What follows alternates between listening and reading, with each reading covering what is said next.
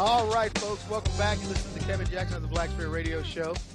And look, I ain't gonna lie, I did 100 push-ups before this segment of the show. I'm a little winded right now because Grant Cardone had me pumped up.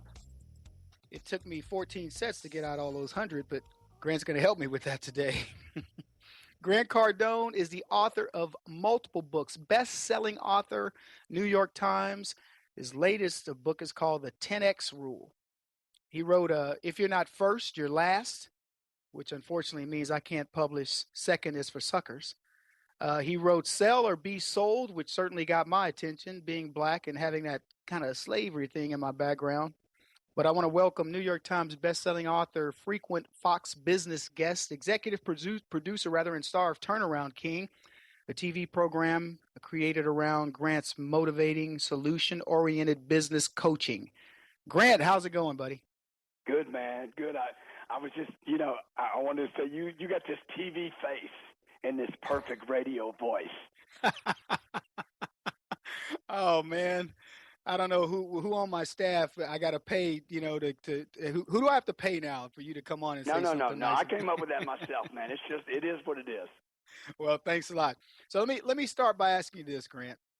You're a good-looking white guy, but I swear I think you're a Jamaican because you do more in a day than like 5 or 10 regular Americans. You're a busy dude, man.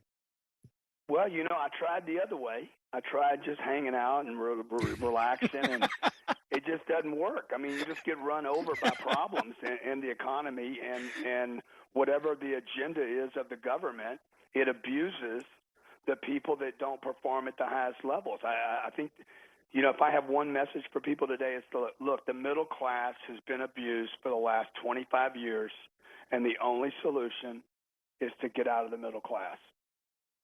I agree, but the direction that the government seems to be pushing people is down. And the other thing is whatever group says it's going to help you the most is the group that's going to hurt you the most. I call it the war on achievement. Yeah, I'm telling you, man, it's crazy. Well, it's frightening that, so you take a Romney versus an Obama, and I know you're from the same political persuasion as I am. And by the way, great interview on Mickelson, and I'm going to get to a question about that. But it seems like how do you pick a guy who is pretty much had everything just handed to him and he's worthless, and then you get a guy that's done everything by the book, the type of guy that, quite frankly, Romney practically is uncoachable. He's just done it so well. And how does he lose? How can you demonize a guy like that? It's part of my. I just don't think he brought it all. He just wasn't convincing enough. I could come up with a whole bunch of other reasons, but at the end of the day, look, Obama is extremely convincing. Here's a guy. Yeah, he is very convincing. Look how many people voted for him. Look how many people got behind him. I'm not convinced, Grant, that everybody that I think we're getting a lot of hype. I said yesterday that Obama's on political steroids because there's always somebody there injecting him, but it's not going into him. It's the people around him who are beefed up. It's it's the media, it's Hollywood, it's everybody else making him bigger than life, because I didn't find that that people were that excited about him this time around. Well, they were excited enough. And the other guy, it just goes to show you that people in business, or if you're worried about your family's budget, people underestimate how much push it takes to win. And that's what people. Okay, but Grant, do you think he cheated?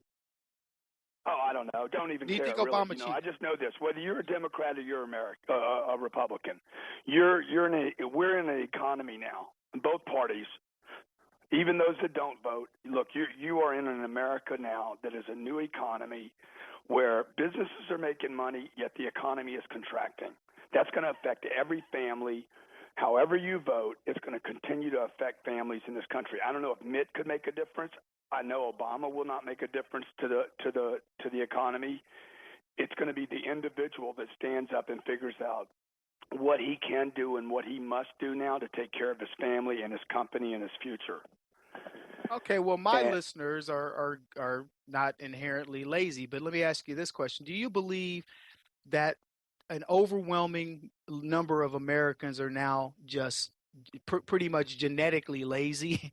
I mean, I don't I think feel like people. that. I don't think people are born lazy. I think they're actually educated and encouraged to be lazy. Yeah, Because but if you take any two or three, I agree that nobody's born lazy, but I'm saying I think we've created this culture where people just say it's okay to be lazy. It's okay to be a taker. yeah. Well, when you brought up the genetics, I thought you were talking about being born lazy. So, I what was I'm just saying kidding. is, it's being educated. It's being educated. It's being allowed. It's being encouraged. Look, managers allow their employees to be lazy at work. I walked in my office the other day. I saw somebody tweeting. I said, "Are you tweeting about me?" No, Well, then you know what? You ain't gonna tweet. Because this is my domain, baby. Everything that happens here is about this company and about making this company thrive and survive so that I can keep you on a payroll. Today she was fired. Hey man, I like that. I may have to implement that rule around here. Yeah, like I probably tweet Oh, about you more times tonight than your people did. no, we're tweeting you, man. I even tweeted you, Okay. so don't do that. Okay. Now, I will admit you got a heck of a tweet population, and certainly in comparison to me. So one of us is doing something right. Well, I'll get you some followers tonight. I believe that. So let me ask you this: you're doing a lot of stuff. You got the TV show. When did because I can tell you I've always had this attitude of just get her done. I mean, from the time I think I was self-aware, I had the pay. I didn't have a paper route, but I sold little goodies in my neighborhood. I sold burpee seeds. I sold greeting cards to family and friends, and ran up and down the block. I mean, I was always had this idea that, I needed to be out doing something, and it was going to be me that did it. Is this something that you started with, or did you come to this? Was there a revelation that said, "Hey, man, I got to"? Because you alluded. Now I used to. The alternative was I used to sit around. Is that true, or Yeah, no, it's did you? true. Like my dad died when I was 10 years old. And so it left me, and he wanted to make it. He was trying to become a successful middle class man, and he died before he really made it. And so I was brought up at 10. My mother had 3 boys to bring up, and she only had a little bit of life insurance money just to get us through school. And so she was scared all the time. She was terrified, like so many people in America are scared right now. And I remember I was 15 or 16 years old, and I went to my mom and I said, "I will never grow up and live like this." And she's like, "What do you mean?" Wow. And I said, "Look, we eat, we have clothes, I got a car to go to school." I had a car. I mean, not everybody had a car. I was grateful for that. Hey, Grant. But I said, Hey, Grant, yeah, I got a hard break. You want to Go. hang on for the next segment, or? Sure.